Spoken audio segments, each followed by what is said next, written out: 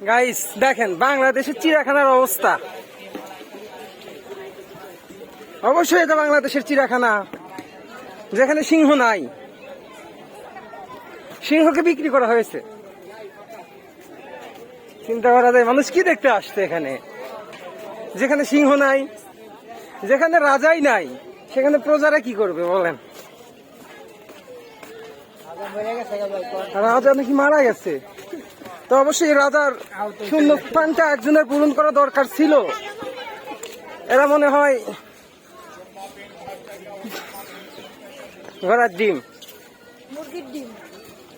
মুরগির ডিম পারে বাবা, আগে তো জানতাম না মুরগিও নাকি ডিম পারে। দেশে এটা কি হইলো দেখেন।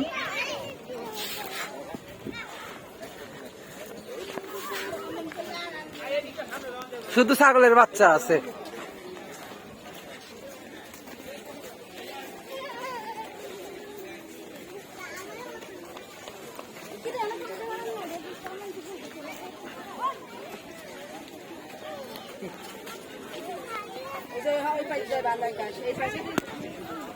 বাহ বাহ বাহ, ওখানে খাওয়াচ্ছে।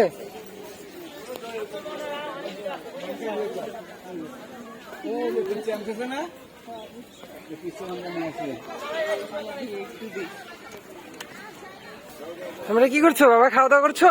করো।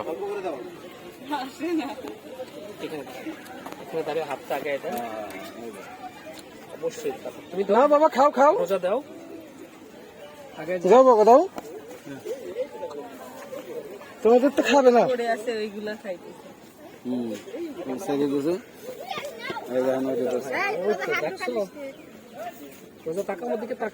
দাঁড়াও।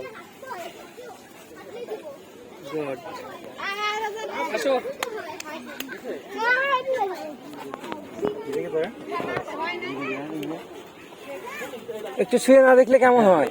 আসো বাবা, একটু তোমার একটু শুয়ে দেখি। ভাবছিলাম আফ্রিকার জঙ্গলে গিয়ে তোমাদের স্পর্শ করব, কিন্তু এখানেই হয়ে গেল। যাক, আফ্রিকার জঙ্গলে আর যাইতে হবে না আমার। সরি, একটু বেশি সুন্দর তাই না? কিন্তু দুঃখের বিষয় যে রাজার বাচ্চা নাই রাজা, এছাড়া আমার কোনো কষ্ট নাই। বাংলাদেশের যে অবস্থা, এর জন্য চিড়িয়াখানার রাজারাও বিতাড়িত করেছে। চলে না একটা অস্থির একটা জায়গা থেকে ঘুরে আসা যাক। হঠাৎ করে চোখে পড়ে গেল।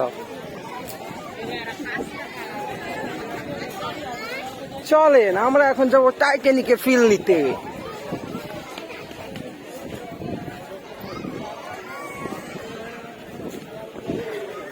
মাশাআল্লাহ, অনেক সুন্দর। এখন আমরা এখানে টাইটানিকের একটা বিশাল বড় একটা ফিল নিব। দেখেন, সরি,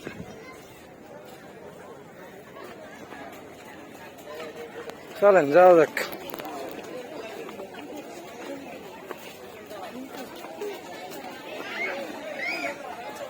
ভাইয়ের দায়িত্ব পানি বহন করা, সে কাজে লাগে।